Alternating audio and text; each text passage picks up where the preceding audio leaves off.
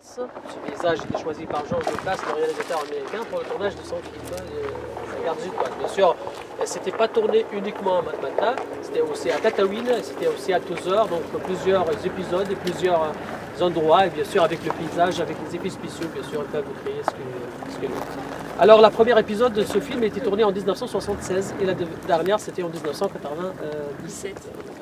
Alors, sinon, Matmata est connu pour les habitations troglodytiques, troglodytes. Quelles sont les raisons pour créer une maison troglodyte? On a deux. La première, c'est en relation avec le climat.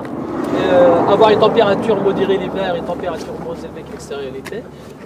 Et aussi une raison en relation avec l'histoire. Les habitants de la région sont des Berbères. Les Berbères sont les autochtones de la Tunisie, de tout le Maghreb. Cette population de Nord-Afrique, on ne peut pas différencier en se basant sur un plan racial, parce que les Berbères ont la peau blanche, les Berbères qui ont la peau foncée, les Berbères qui ont les yeux bleus, les yeux verts, les yeux noirs, les yeux marrons. Donc il n'y a pas la possibilité d'une distinction raciale. Alors comment on peut distinguer un Berbère? On a un seul critère distinctif qui reste, c'est le dialecte. Ceux qui parlent encore le dialecte berbère. Ceux qui parlent encore en Tunisie le dialecte berbère ne présentent pas plus que 1% de la population qui vivent dans cette chaîne de montagnes qu'on appelle le Dahar. Alors cette population a été souvent envahie par les Phéniciens, par les Romains, par les Vandales, par les Byzantins, par les Arabes, par les Espagnols, par les Maltais, par les Turcs, par les Français. Tout le monde est passé un jour et tout le monde a laissé ses traces. C'est qui a créé une identité qu'on appelle le tunisien, qui a le noyau le berbère, et les autres civilisations qui ont laissé toutes leurs traces. Dans le parler de chaque jour en Tunisie, on trouve des mots d'origine phénicienne, romaine, française, italienne, maltaise, donc de toutes les langues. Même un mélange ethnique, il y a des Tunisiens qui ont la peau blanche, les yeux bleus, il y a des Tunisiens d'origine africaine subsaharienne, il y a un peu de tout grâce à cette histoire si riche, c'était un carrefour civilisationnel. Ce qui nous concerne l'histoire aujourd'hui, c'est qu'il y avait quelques communautés berbères qui ont voulu garder une identité. Ils avaient une stratégie purement défensive, basée sur le camouflage, ne pas attirer l'attention. Alors vivre dans les habitations semi-troglodytes ou troglodytes. À Matmata, il y a 1280 maisons troglodytes. Mais la plupart sont abandonnées. Il y a des familles qui ont la maison troglodyte et la construite à côté. Il y a des familles qui ont uniquement la maison troglodyte. Il y a pas toutes, c'est pas toutes les familles qui acceptent aussi des visites comme la nôtre. Il y a quelques familles qui acceptent des visites touristiques. Comme en contrepartie, les gens visitent, regardent, prennent les photos, ils découvrent qu'est-ce qu'il y a à l'intérieur, comment les gens vivent, et puis ils laissent quelque chose pour remercier la famille à la fin pour ceux qui Alors maintenant la façade est reblanchie à la chaux, mais à l'époque ils gardaient la couleur de la pierre pour ne pas attirer l'attention. Les signes qu'on voit à l'entrée de chaque maison, lorsque vous allez voir à droite et à gauche, vous allez toujours voir soit l'entrée, soit une ouverture. En fait l'ouverture c'est le patio à ciel ouvert de la maison. On remarque le signe comme la main de Fatma ou le poisson, ce sont des signes prophylactiques. Les signes prophylactiques, c'est pour chasser le mauvais œil, mauvais esprit, attirer la baraka ou la bénédiction. D'accord? Alors on va passer vers cette famille, on a le droit de prendre des photos, ça ne les gêne pas. Et on va visiter ensemble, on va partir voir l'intérieur. Et après, ensemble aussi, on va voir l'extérieur. Et bien sûr, après, on va retourner vers les Bien sûr, l'entrée se forme toujours d'un couloir codé, bien que la porte est ouverte, mais on ne peut rien voir à l'intérieur parce que le but c'est garder l'intimité de la famille à l'intérieur. Alors on va dire bonjour en tunisien, c'est Aslama. Aslama, Aslama, c'est Aslama. Voilà. Aslama, plus simple, parce que sinon avec l'accent tunisien c'est Aslama. Voilà. Pour vous, Aslama, voilà. Pour dire au revoir, c'est Bislama, Bislama, au revoir. Merci, c'est Shukran. Si vous arriverez à rouler le R, Shukran. Voilà.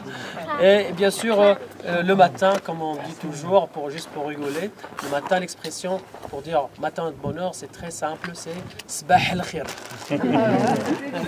Allez, maintenant, on est là, petit. On dit Aslama.